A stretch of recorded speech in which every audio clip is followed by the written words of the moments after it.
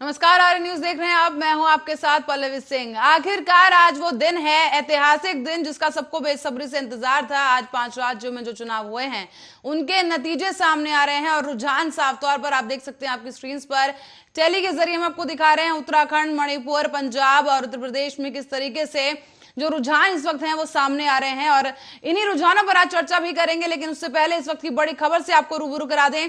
करहल से एक बड़ी खबर सामने आई है जहां सपा अध्यक्ष अखिलेश यादव आगे निकलते नजर आ रहे हैं। ताजा रुझानों के अनुसार अखिलेश यादव करहल सीट से आगे बने हुए हैं, बढ़त बनाई हुई है। अखिलेश यादव यहां पर 12,000 वोट से आगे बताए जा रहे हैं।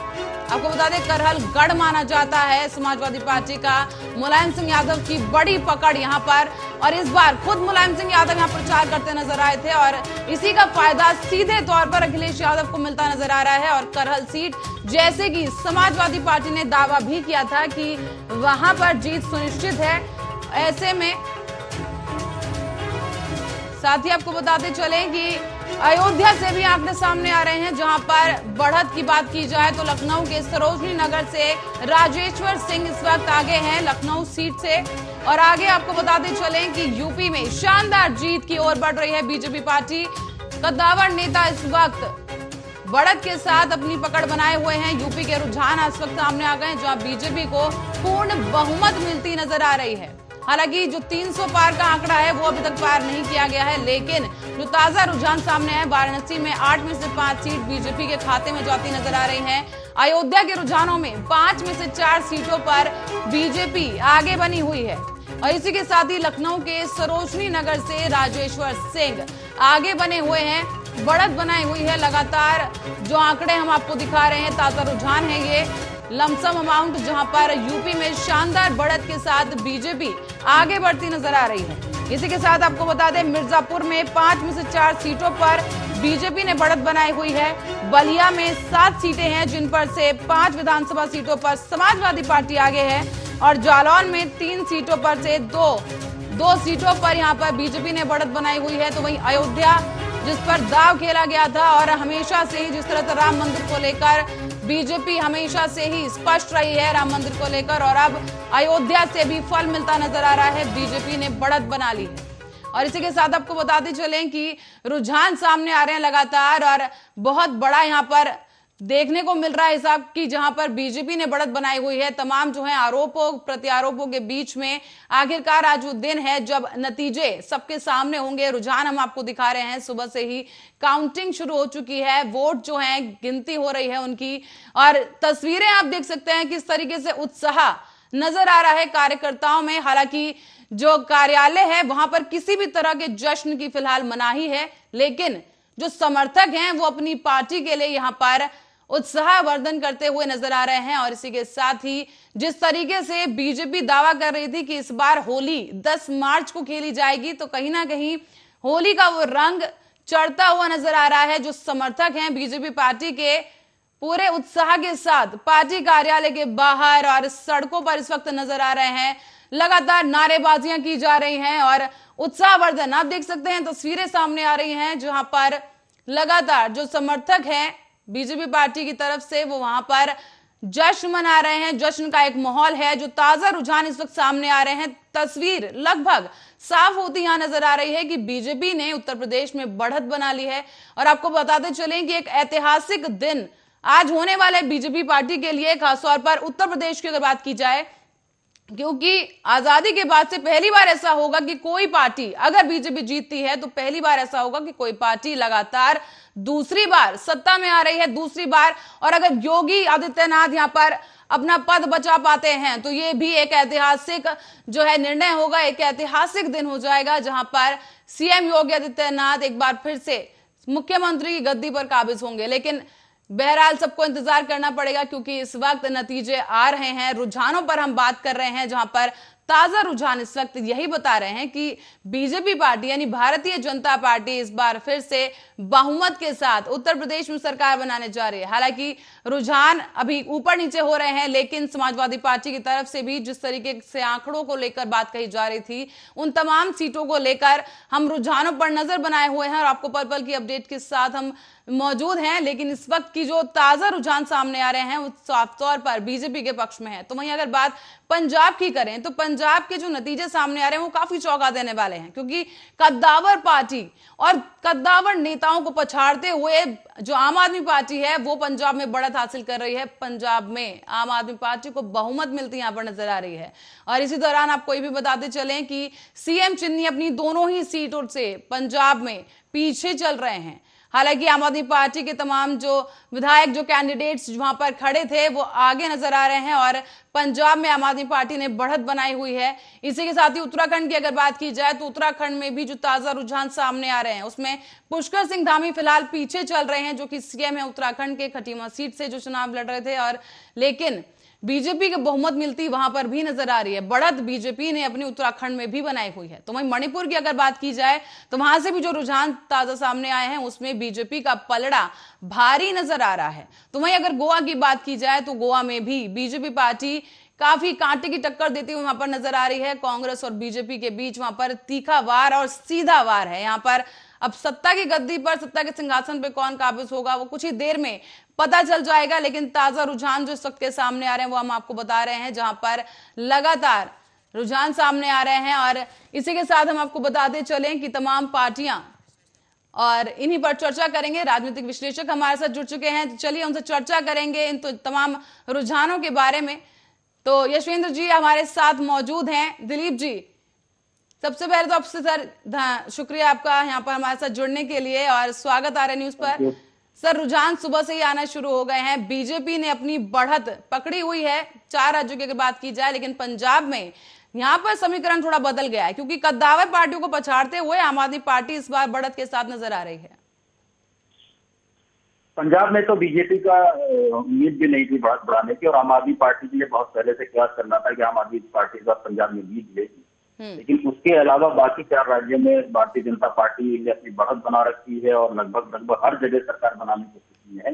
ये सही है कि कुछ बड़े नेता हैं जिनकी साथ अभी भी दांव पे लगी हुई है, कुछ मंत्रियों की साथ उत्तर प्रदेश में दांव पे लगी है। सीएम केशव मौर्य भी पीछे चल रहे हैं, बनारस से जो मंत्री हैं, पर्यटन मंत्री, वो पीछे चल रहे हैं, और भी कई लोग हैं जो पीछे चल रहे हैं। और शुरुआती दौर में जब बैलेट से काउंटिंग शुरू हुई तो कई सारे मंत्री पीछे चल रहे थे।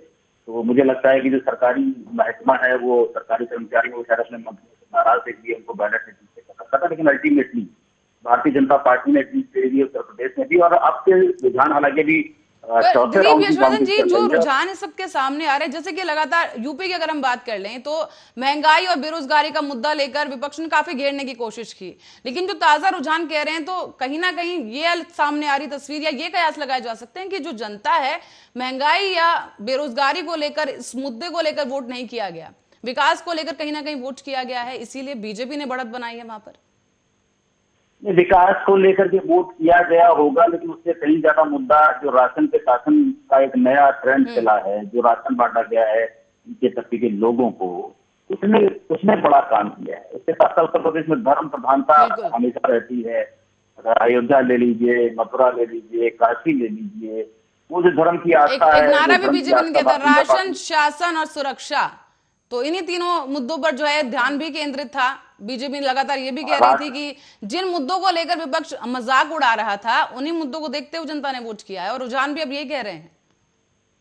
हाँ, अभी लेकिन चौथे राउंड की काउंटिंग चल रही है, 20 राउंड की काउंटिंग होनी बाकी है, और कुछ ऐसी जगह है जहां पर समाजवादी पार्टी को अच्छी बढ़त मिलने की उम्मीद है। हालांकि अब 60% से ज्यादा का मतलब डिफरेंस है, आधे से ज्यादा का डिफरेंस है। ये डिफरेंस कवर हो पाएगा, ये बहुत बड़ा मिराकिल होगा अगर ऐसा हो जाएगा तो, लेकिन होने की उम्मीद अब कम है। और लगता है कि भारतीय जनता पार्टी किसी पूर्ण बहुमत से आ रही है तो सरकार पूर्ण बहुमत से बनाएगी। योगी जी मुख्यमंत्री रिपीट होंगे कि नहीं होंगे, ये पार्टी का डिसीजन होगा। लेकिन उत्तर प्रदेश की जनता में आस्था पे, धर्म पे, राशन पे, शासन पे, इन सारी चीजों पर वोट किया है। और ये नहीं कहा जा सकता कि विपक्ष की बातों को ध्यान नहीं दिया गया है। पिछले बार की इलेक्शन में मात्र 47 सीट थी अखिलेश यादव जी के पास में, और तब वो गठबंधन में लड़े थे। इस बार वो अकेले चुनाव लड़े हैं और अभी 100+ जा रहे हैं। तो शासन भले, सत्ता भले भारतीय जनता पार्टी के पास रह जाए, लेकिन इस बार विपक्ष बहुत मजबूत होगा और मुझे लगता है कि उत्तर प्रदेश में काम भी अच्छा होगा। बाकी 3 प्रदेशों में भी भारतीय जनता पार्टी की रिपीट होने की पूरी उम्मीदें हैं। तो अच्छी बात है, बधाई के पात्र हैं। जनता ने अपना मैंडेट दिया, जनता के मैंडेट को नकारा नहीं जा सकता। किस देश से दिया है कि हर आदमी का अपने सोचने का क्राइटेरिया होता है। किसी ने राशन पे दिया है, किसी ने डेवलपमेंट पे दिया है, किसी ने जाति के नाम पे दिया है, किसी ने धर्म के नाम पे दिया है, किसी ने आस्था के नाम पे दिया है, किसी ने राम मंदिर के नाम पे दिया है, किसी ने कृष्ण मंदिर के नाम पे दिया है। कई मुद्दे हैं जो जनता के बीच हो सकते हैं और जनता ने कुछ सोच के ही वोट दिया है। लेकिन यहाँ पर जो मैं ताजा आंकड़े देख पा रही हूँ, मिर्जापुर की 5 सीटों में से 4 सीटों पर बीजेपी ने बढ़त बनाई है और वहीं कद्दावर सीट जो यहाँ पर रामपुर मानी जा रही थी, 5 में से 3 सीटों पर जो रुझान अभी सामने आए हैं, बीजेपी ने पकड़ बनाई हुई नजर आ रही है जी। तो क्या लगता है, मतलब आगे तस्वीर लगभग साफ होती जा रही है कि उत्तर प्रदेश में बीजेपी आएगी? और आंकड़ा जिस तरह से दावा किया था कि 300 के पार होगा, वो देखने वाली बात है, लेकिन कहीं ना कहीं स्थिति साफ है कि उत्तर प्रदेश में तो बीजेपी इस बार है। 300 पार होगा नहीं होगा, लेकिन हाँ, सरकार पूर्ण बहुमत से बनने की तो अब लगभग स्थिति क्लियर हो ही चुकी है। और सबसे बड़ी बात है, देखिए लखीमपुर तो इतना डिस्प्यूटेड क्षेत्र रहा था, जहाँ पर किसानों के मारने का मामला था, जो केंद्रीय मंत्री ने किसानों पर गाड़ी चढ़ाई, उस मामले को विपक्ष ने, कांग्रेस ने बहुत तेजी से उछाला, समाजवादी पार्टी ने उछाला, लेकिन इसके बावजूद भी देखिए लखीमपुर की सारी सीटों पर भारतीय जनता पार्टी जीत कर रही है। तो या तो भारतीय जनता पार्टी किसी को नाराजगी नहीं है, उसके तरीके के कामों से किसी को कोई दिक्कत नहीं है, या विपक्ष अपनी बात को ठीक तरीके से कन्विंस नहीं कर पाया। जो भी रहा है, लेकिन अभी जनता का मैंडेट है, ये सबको तो स्वीकारना ही पड़ेगा और ये मानना पड़ेगा कि जनता ने दिया है, तो सोचने के दिया है। डेमोक्रेसी है, डेमोक्रेसी हमेशा सुप्रसिद्ध करती है, सरकार हमेशा बनाती है, इस बार भी सरकार बना रही है। और एक दूसरा फॉर्मूला ये भी होता है कि जैसे भारतीय जनता पार्टी को केंद्र में रिपीट किया गया, तो हो सकता है उत्तर प्रदेश में यही सोच रिपीट किया गया कि 1-5 साल का मौका और देते हैं और हो सकता है कुछ अच्छा काम हो। 10 साल में कोई भी सरकार अच्छे तरीके से काम कर सकती है। 5 साल तो इस बेस पे निकल गई, पुरानी सरकारों ने ये गलत किया था, ये गलत किया था। चलिए दिलीप जी, आपको यहाँ रोक रही हूँ, एक बड़ी खबर अपने दर्शकों को बता दूं कि एक बड़ी खबर इस वक्त की हमारे सामने आ रही है, चुनाव से ही जुड़ी, जो नतीजे सामने आ रहे हैं, रुझानों से जुड़ी एक बड़ी खबर इस वक्त की आपको बताते चलें कि ताजा रुझान हम आपके साथ शेयर कर रहे हैं यहाँ पर स्क्रीन पर, जो ताजा टैली सामने आ रही है। लेकिन इसी बीच करहल से एक बड़ी खबर यहाँ पर सामने आ रही है, जहां अखिलेश यादव 20,000 वोट से आगे बताए जा रहे हैं। ताजा रुझानों के अनुसार हम आपको ये तस्वीर बता रहे हैं, जहां पर अखिलेश यादव करहल विधानसभा सीट से आगे नजर आ रहे हैं। तो जैसे कि चर्चा चल ही रही थी कि करहल गढ़ माना जाता है समाजवादी पार्टी का, तो यहां से अखिलेश ने जिस तरह से दावा भी किया था, तो वो आगे बने हुए हैं। करहल से सपा अध्यक्ष अखिलेश यादव आगे। आपको बता दें, पहला विधानसभा चुनाव है अखिलेश यादव का ये, जिसमें वो उम्मीदवार बन के खड़े हैं और इस दौरान करहल से वो जीत दर्ज करते भी नजर आ रहे हैं। ताजा रुझानों के अनुसार मजनपुर से सपा के इंद्रजीत आगे हैं, बढ़त बनाई हुई है इंद्रजीत ने। और इसी के साथ ही आगे बता दें कि सीतापुर से भी जो ताजा रुझान है, उसमें मोहाली से बीजेपी के शशांक त्रिवेदी बढ़त बना के आगे हैं और चौरी चौरा विधानसभा से बीजेपी के श्रवण निषाद आगे हैं पार्टी में। और इसी के साथ ही ताजा रुझान जो हम आपको दिखा रहे हैं, करहल से समाजवादी पार्टी के अध्यक्ष अखिलेश यादव बढ़त के साथ करहल सीट पर जीत दर्ज कराते नजर आ रहे हैं। करहल में 20,000 वोट से अखिलेश यादव आगे बताए जा रहे हैं। चलिए दिलीप जी, आपने जैसे कि देखा कि यहाँ पर ताजा रुझान सामने आया है, करहल सीट से अखिलेश यादव आगे हैं और तमाम सीटों पर समाजवादी पार्टी भी टक्कर देती हुई नजर आ रही है, समाजवादी पार्टी बीजेपी को। हाँ, टक्कर बराबर की है। ये कहा जाएगा कि फाइट अच्छी की है समाजवादी पार्टी ने, और 45 सीटों से बढ़कर अगर वो 100 का आंकड़ा पार कर गए हैं। और सबसे बड़ी बात यह है कि इलेक्शन रिजल्ट से पहले या जो एग्जिट पोल आए थे उसके पहले भारतीय जनता पार्टी कह जरूर रही थी कि हम जीतेंगे, लेकिन वो कॉन्फिडेंस नहीं था बातों में। तो वो कॉन्फिडेंस ना होने का कारण ये था कि समाजवादी पार्टी की तरफ से चुनाव बहुत अच्छा लड़ा गया था और ग्राउंड लेवल पर जाकर के चुनाव लड़ा था। और अगर अखिलेश यादव थोड़ा और पहले से तैयारी करते तो ये फाइट और अच्छी हो सकती थी। और पर दिलीप जी, यहाँ पर जैसे बीजेपी और सपा तो दिख रहा है, लेकिन कांग्रेस पार्टी दूर दूर तक नजर नहीं आ रही, बल्कि बीएसपी जो कि इतनी एक्टिव थी भी नहीं, लेकिन बीएसपी भी कुछ सीटें बचाने में कामयाब रही है। यहाँ पर रुझानों में दिख रहा है, लेकिन कांग्रेस पार्टी का इस वक्त हाल बुरा है। नहीं, बीएसपी और कांग्रेस में बहुत बड़ा फर्क है। पहली बात तो बीएसपी उत्तर प्रदेश की ही पार्टी और बीएसपी का कैडर वोट, वो कैडर वोट कहीं नहीं जाता है, वो बीएसपी को ही जाता है। और बीएसपी क्योंकि समाज भारतीय जनता पार्टी से समर्थित भी है इस बार, तो वो उसके अपने वोट हैं वो कहीं नहीं जाते हैं। कांग्रेस का ना तो वोट बैंक था, ना राजनीतिक जमीन थी, उसके बावजूद भी अगर कांग्रेस 10 सीटें लेकर के आती है तो ये मान के चलिए कि बहुत बड़ा जनादेश कांग्रेस को भी मिला है, क्योंकि कांग्रेस दशकों से यहाँ पर नहीं है।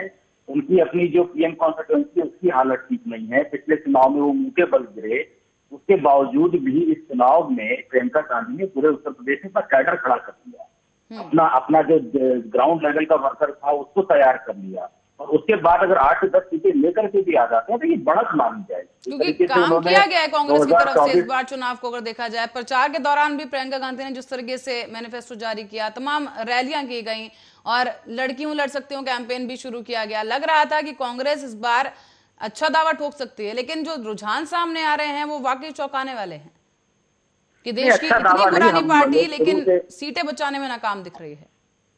हम लोग शुरू से ये एस्टिमेशन था कि 0 से 10 से 15 के ऊपर सीटें कांग्रेस की नहीं जाएंगी। शुरू से जितने भी एनालिस्ट सभी तो यही कहा, और लगभग उतनी ही सीटें कांग्रेस को मिल रही। तो कांग्रेस को ये मान के चलिए कि जहां पर 0 था, कोई आधार नहीं था, कुछ नहीं था, उस हिसाब से जो प्रत्यक्ष रूप से आपको 10 सीटें दिख रही है, लेकिन अप्रत्यक्ष रूप से कांग्रेस ने अपना बहुत बड़ा उद्देश्य उत्तर प्रदेश में हर बूथ लेवल तक अपने कार्यकर्ताओं को तैयार कर दिया। और ये परिणाम आपको 2024 में अच्छा दिखेगा जब केंद्र के चुनाव होंगे, क्योंकि कांग्रेस राष्ट्रीय पार्टी है, उत्तर प्रदेश में जनाधार नहीं है, लेकिन उसके अलावा बहुत जगह जनाधार है। हालांकि पंजाब लूज कर रहे हैं, उनके लिए बहुत बड़ा नुकसान होगा। 2024 में उसका नुकसान देखने को मिलेगा। तो कहीं बढ़ जाना, कहीं घट जाना, ये तो अगर एवरेज निकालेंगे तो बराबर ही आएगा। और क्योंकि पंजाब उनका गढ़ रहा है, कई बार से उन्होंने वहां पर सरकार कराई, उसके बाद अगर वो हार रहे हैं और यहाँ पे भी मजबूत विपक्ष में भी नहीं बैठेंगे, आम आदमी पार्टी देखिए क्लीन स्वीप है। मतलब मुझे लगता है कि अब तक जो रुझान आ रहे हैं 80 से 90% सीटों पर आम आदमी पार्टी लीड कर रही है वहां पर। और तो अगर मान लीजिए एंड रिजल्ट तक कुछ फेरबदल होगा भी तो 5 से 10% का फेरबदल हो जाएगा, तो ये कांग्रेस के लिए बहुत बड़ी हार होगी। उत्तर प्रदेश में जितना प्लस नहीं हुआ उससे ज्यादा पंजाब में उनका नुकसान हुआ है। बाकी उत्तराखंड में कांग्रेस की गवर्नमेंट बनने की कांग्रेस की परफॉर्मेंस बहुत अच्छी नहीं जा रही, लेकिन दिलीप जी पंजाब की अगर बात करें तो क्या लगता है सबसे बड़ा फैक्टर क्या कुछ वहां पर रहा? क्योंकि इतने बड़े बड़े दिग्गज जो हैं इस बार चुनावी मैदान में, अगर कैप्टन अमरिंदर सिंह की अगर हम बात करें तो अमरिंदर सिंह भी जो ताजा रुझान सामने आ रहे हैं तो वो पीछे ही नजर आ रहे हैं। पार्टी के इतने बड़े नेता रह चुके हैं वो, पंजाब में कब से काबिज है, और अब आम आदमी पार्टी वहां पर बढ़त बना रही है। अब जनता का कभी कभी जो साइकोलॉजी होती है वो ये होती है कि बदलाव चाहती है। कांग्रेस शासन बहुत लंबे समय से कर रही थी, और कोई भी पार्टी के शासन का अपना एक तरीका होता है, और जब उस तरीके से उसको रिजल्ट मिलते हैं तो पार्टी कॉन्फिडेंट हो जाती है कि हाँ हमारा तरीका सही है। वो तरीका जनता को सूट कर रहा है कि नहीं कर रहा है, ये इलेक्शन में पता चलता है। तो जनता एक बार मौका देती है, 2 बार मौका देती है, और जब क्लीन स्वीप आता है तो इसका मतलब मान के चलिए कि एंटी इनकम्बेंसी बहुत ज्यादा काम कर रही है। यही चीज आपने 2014 के इलेक्शन में देखी थी, जब एकदम से कांग्रेस का पूरा पत्ता साफ हो गया और हर जगह मोदी लहर चल गई, और अपनी बार मोदी सरकार बच्ची की जुबान पे चढ़ गई। वही चीज उत्तर प्रदेश में 2017 में दिखाई दी, वही चीज इस बार फिर दिखाई दे रही है। तो इसका ये मतलब होता है कि एंटी इनकम्बेंसी प्रेजेंट गवर्नमेंट के खिलाफ बहुत ज्यादा काम कर रही है, और वहां भी काम करने के तरीके से बहुतायत जनता संतुष्ट। इसका ये भी मतलब होता है कि जो आपके अपना कैडर वोट है, आपका जो अपना जनादेश है, वो भी आपके खिलाफ जा रहा है। इसका मतलब आपकी जो पब्लिक स्ट्रेटेजीज हैं, जो गवर्नमेंट चलाने का तरीका है, वो काफी हद तक नकारा साबित हो रहा है। जैसे कि आपने बदलाव की बात की, अब सीएम चन्नी भी अभी सीएम बने वहां पर पंजाब में, तो उन्हें तो अभी इतना देखा जाए तो समय नहीं मिला कि जनता के लिए ज्यादा काम कर पाए। तो क्या लगता है उन्हें नकार दिया है या मौका नहीं दिया गया? क्योंकि जो सीटें हैं उनकी 2 जगह से वो खड़े थे, लेकिन दोनों ही जगह से जो है पीछे चल रहे हैं।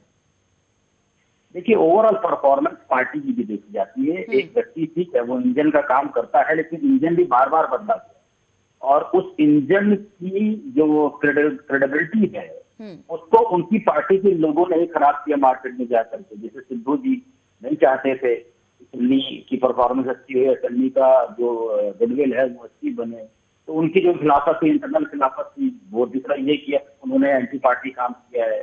तो इस तरीके से कई बार सीएम का बदलना, फिर अपनी पार्टी का आंतरिक विरोध होना, उसके साथ जनता का विरोध होना, फिर जनता ये भी भांपती है कि जब पार्टी में ही 2 या 3 गुट बन गए हैं और इनके आपस में ही कोऑर्डिनेशन नहीं है, तो ये पब्लिक को सर्व नहीं कर पाएंगे, क्योंकि अंदर से सीटापन चलती रहती है। और ये चीजें पंजाब में कांग्रेस में बहुत दिनों से चल रही है।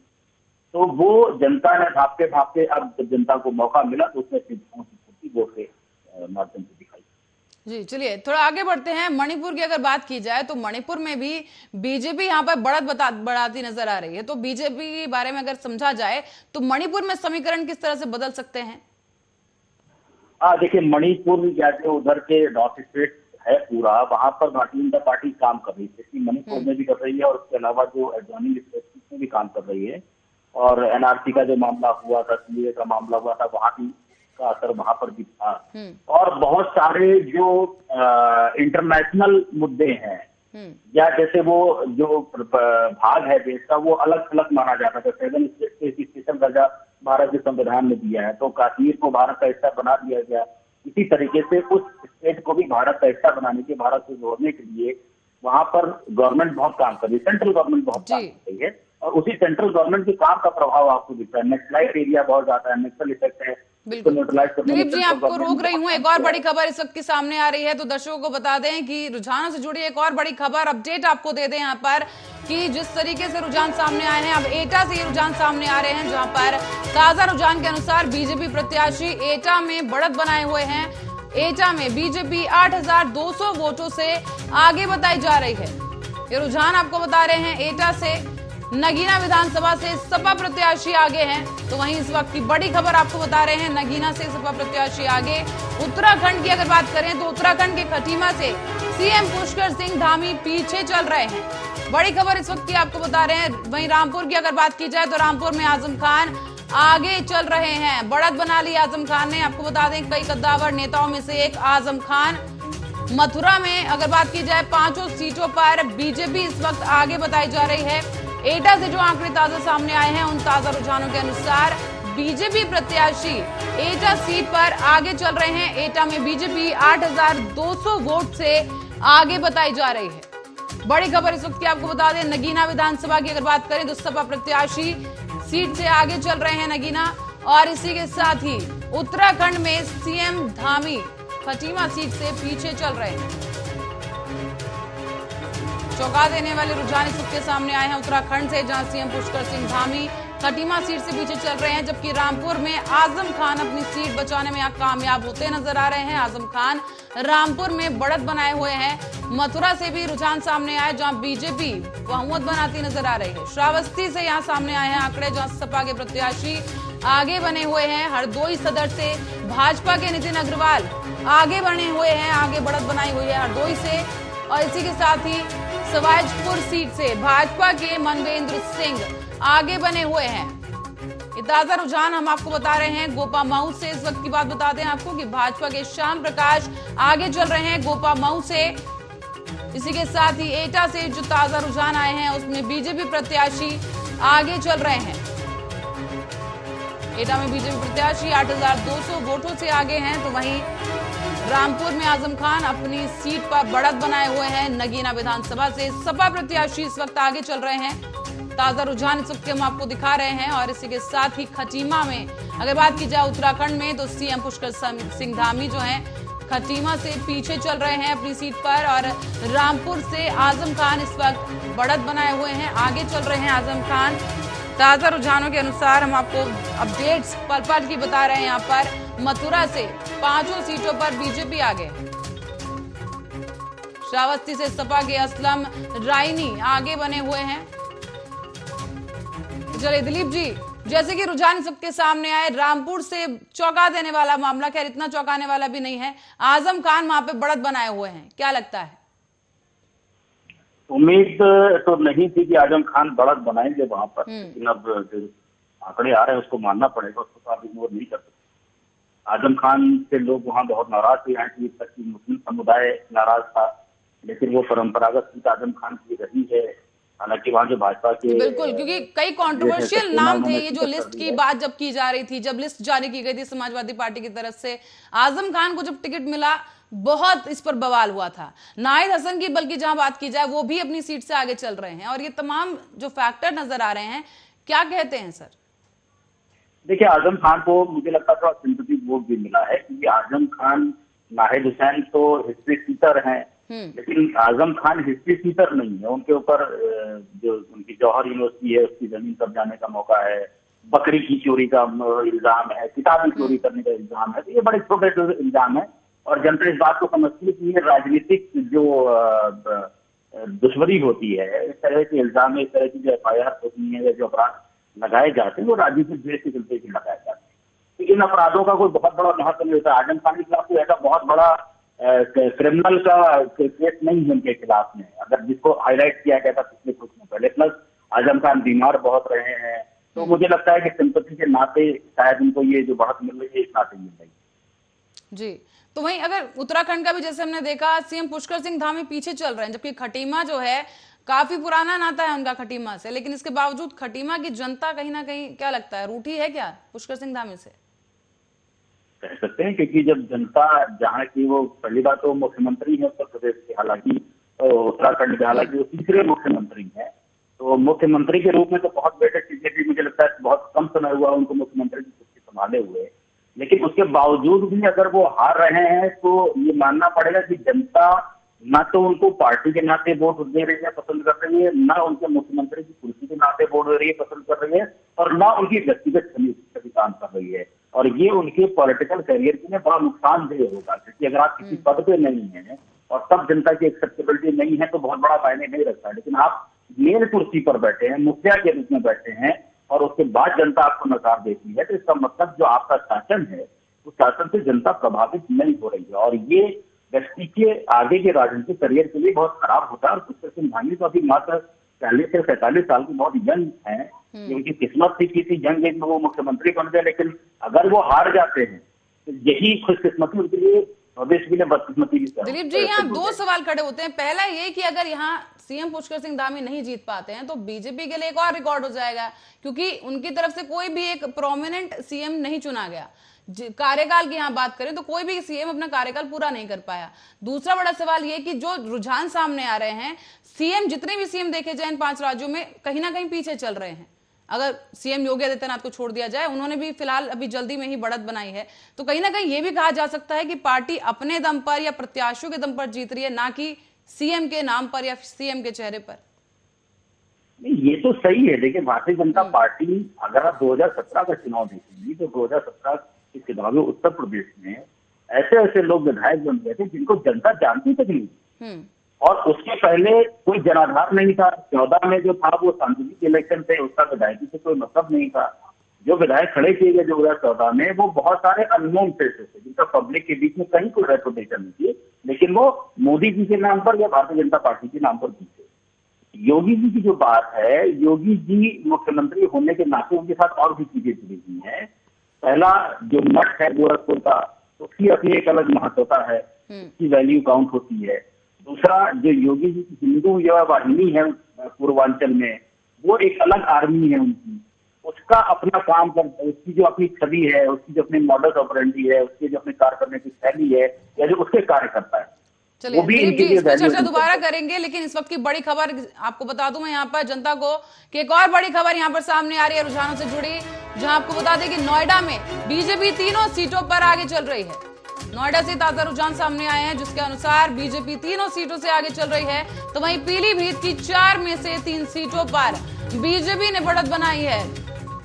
वाराणसी की अगर बात करें तो वाराणसी की 8 में से 5 सीटों पर बीजेपी आगे चल रही है। बड़ी खबर इस वक्त की आपको बता दें, समाजवादी पार्टी भी इस दौरान ट्वीट करती नजर आई। समाजवादी पार्टी की तरफ से एक ट्वीट किया गया है जहां लिखा गया है कि टीवी के रुझानों पर ध्यान ना दें। समाजवादी पार्टी की तरफ से इस तरह की जो ट्वीट है वो किया गया है ताजा रुझानों के बाद। नोएडा में आपको बता दें कि ताजा रुझानों के अनुसार नोएडा में बीजेपी ने 3 सीटों पर अपनी बढ़त बनाई हुई है, जबकि पीलीभीत की 4 में से 3 सीटों पर बीजेपी ने बढ़त कायम रखी है अपनी, और इसी के साथ ही वाराणसी की 8 में से 5 सीटों पर बीजेपी आगे बनी हुई है। चलिए दिलीप जी के पास वापस चलेंगे। दिलीप जी, इस वक्त एक ताजा ट्वीट यहां पर सामने आया समाजवादी पार्टी की तरफ से कि टीवी के रुझानों पर ध्यान ना दें, क्या कहेंगे सर? दिलीप जी से दोबारा एक बार संपर्क करने की कोशिश करेंगे, लेकिन जनता को बता दें यहां पर कि ताजा रुझान इस वक्त के सामने आ रहे हैं। लगातार पल पल रुझान बदल रहे हैं, लेकिन सभी रुझान जो है, अगर बात उत्तर प्रदेश की जाए तो बीजेपी की बढ़त की ओर इशारा कर रहे हैं। एक बार फिर से बहुमत मिल सकती है, पूर्ण बहुमत का आंकड़ा छू सकती है बीजेपी, लेकिन वो देखने वाली बात होगी। लेकिन इस वक्त के जो ताजा रुझान है, अगर नोएडा की बात करें तो तीनों सीटों से बीजेपी आगे चल रही है। उत्तराखंड में भी स्थिति कुछ ऐसी ही है, जहां पर बीजेपी पार्टी बढ़त बनाए हुए है। हालांकि पंजाब में आम आदमी पार्टी ने यहां पर बाजी मार ली है। नोएडा की बात करें तो बीजेपी तीनों सीटों पर इस वक्त आगे चल रही है। साथ ही ट्वीट पर भी अब जंग शुरू हो चुकी है। ट्विटर वॉर एक तरीके से देखने को मिल रहा है। एक तरफ रुझान तो दूसरी तरफ ट्विटर वॉर शुरू हो चुकी है, जहां समाजवादी पार्टी की तरफ से हाल ही में एक ट्वीट किया गया कि टीवी के रुझानों पर ध्यान ना दें, तो वहीं डिप्टी सीएम केशव प्रसाद मौर्य की तरफ से भी एक ट्वीट किया गया कि नई हवा नई सपा, बेवजह अखिलेश खफा। दोनों ही पार्टियों की तरफ से एक दूसरे पर यहाँ पर तंज कसे जा रहे हैं पार्टी के रुझान। और यहाँ पर यह भी देखा गया, समाजवादी पार्टी ईवीएम को लेकर भी शुरू से ही सवाल खड़े करती नजर आई है। और इस बीच सीएम योगी आदित्यनाथ से जुड़ी बड़ी खबर इस वक्त की आपको बता दें, जहां पर ताजा रुझान सामने आए हैं। नोएडा में बीजेपी तीनों सीटों पर आगे बनी हुई है, बढ़त बनाए हुए है। पीलीभीत से भी ताजा आंकड़े सामने आए, जहां 4 में से 3 सीटों पर बीजेपी आगे चल रही है। ताजा रुझानों की यहां पर हम बात कर रहे हैं, जिसके अनुसार वाराणसी में 8 में से 5 सीटों पर बीजेपी आगे है। वाराणसी पीएम मोदी का गढ़, वहां पर बीजेपी ने बढ़त बनाई हुई है। समाजवादी का ट्वीट इस वक्त आ रहा है सामने, जहां उन्होंने टीवी के रुझानों पर ध्यान न देने की बात कही है। तो आरपी उपाध्याय वरिष्ठ पत्रकार हमारे साथ जुड़ चुके हैं, आगे की चर्चा उनके साथ आगे बढ़ाएंगे। सर, बहुत बहुत स्वागत आर्य न्यूज पर आपका। धन्यवाद शिवानी। सर, रुझान सामने आ रहे हैं, बीजेपी बढ़त की ओर इशारा कर रही है, क्या लगता है वो जादुई आंकड़ा बीजेपी इस बार छू पाएगी? देखिए, जिस तरह एग्जिट पोल के जो नतीजे आए हैं और जो रुझान दिख रहे हैं, उससे तो ऐसा लगता है कि बीजेपी जादुई आंकड़ा छुएगी और पुनः सत्ता में वापसी करेगी।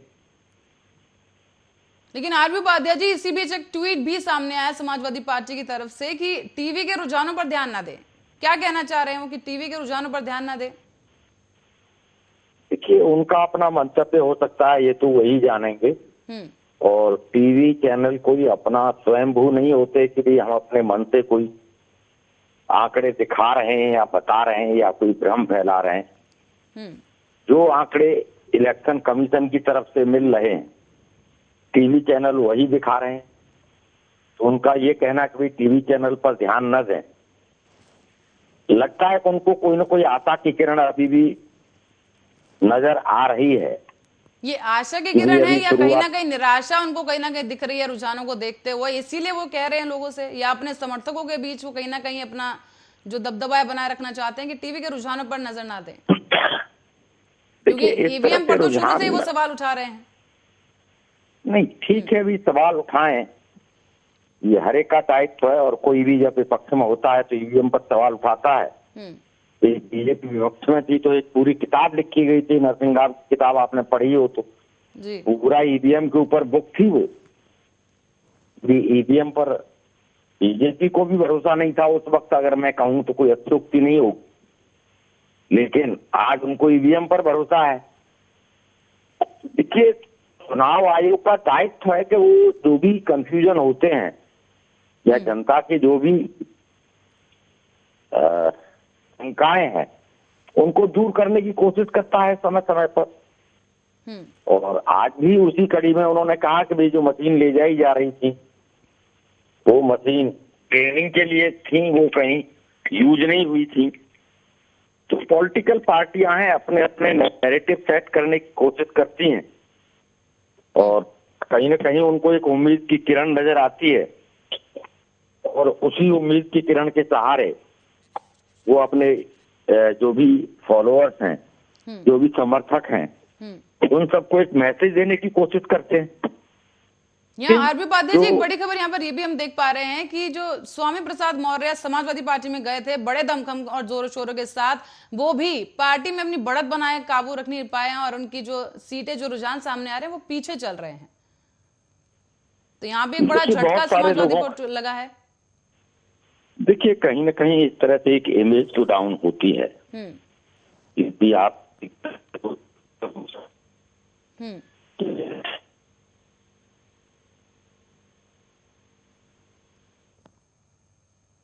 तकनीकी कारणों की वजह से आरबी उपाध्याय जी से इस वक्त हमारा संपर्क जो है टूट गया है, लेकिन दर्शकों को बता दें इस वक्त की बड़ी खबर एक बार फिर से कि ताजा रुझान इस वक्त हमारे सामने हैं, आपको दिखा रहे हैं, जहां पीलीभीत से 4 में से 3 सीटों पर बीजेपी ने बढ़त बनाई हुई है, वाराणसी की 8 में से 5 सीटों पर बीजेपी आगे चल रही है। तो वहीं आपको बता दें आगे कि समाजवादी पार्टी का ट्वीट।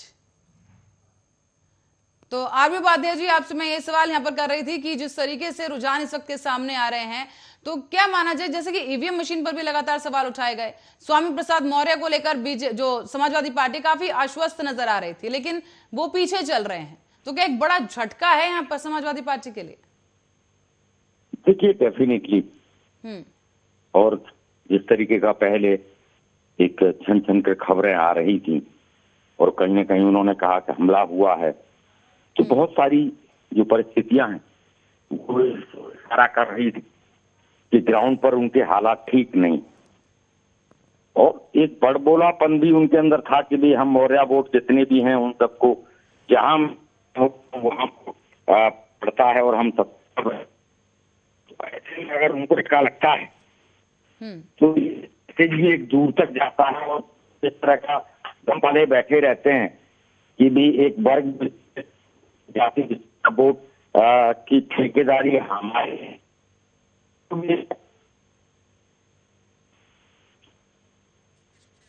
तकनीकी कारणों की वजह से संपर्क इस वक्त हमारा नहीं हो पा रहा ठीक से उनसे, पर फिर भी बहुत बहुत धन्यवाद। आरबी उपाध्याय जी हमारे साथ जुड़े हुए थे, जिन्होंने बताया है कि ये अपनी ही पार्टी का जो भी है वर्चस्व होता है, और उसी के साथ ही तमाम पार्टियों की तरफ से इस वक्त ट्विटर वॉर शुरू हो चुका है, लगातार एक दूसरे पे तंज कसे जा रहे हैं, लेकिन रुझान इस वक्त के सामने आ रहे हैं और पल पर उन्हीं रुझानों के साथ आपको रूबरू करवाएंगे।